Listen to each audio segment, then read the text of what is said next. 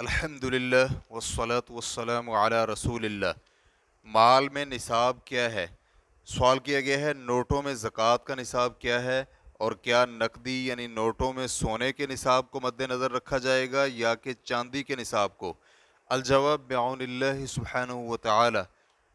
Dollar, روپے اور ریال وغیرہ میں زکوٰۃ کا نصاب 20 مثقال سونا یا 140 مثقال چاندی کی قیمت کے برابر ہوگا، اور یہ قیمت اس وقت کی ہوگی جب زکوٰۃ فرض ہوتی ہے، یعنی جب زکوٰۃ واجب ہو تو سونے یا چاندی کی اس وقت کی قیمت کے مطابق ڈالر وغیرہ میں لگائی جائے گی، کیونکہ فقراء اور مساکین کو اس میں زیادہ فائدہ ہے، اس لیے کہ سونے اور چاندی کی قیمت میں بہت زیادہ فرق ہے، اور پھر ملک اور علاقے مختلف ہونے کی بنا پر بھی قیمت مختلف ہوتی ہے۔ ریفرنس کے لیے دیکھیے فتاوی اللجنۃ الدائمۃ للبحوث العلمیۃ والافتاء، جلد نمبر 9 صفحہ نمبر 257، اسی طرح جلد نمبر 9 صفحہ نمبر 254۔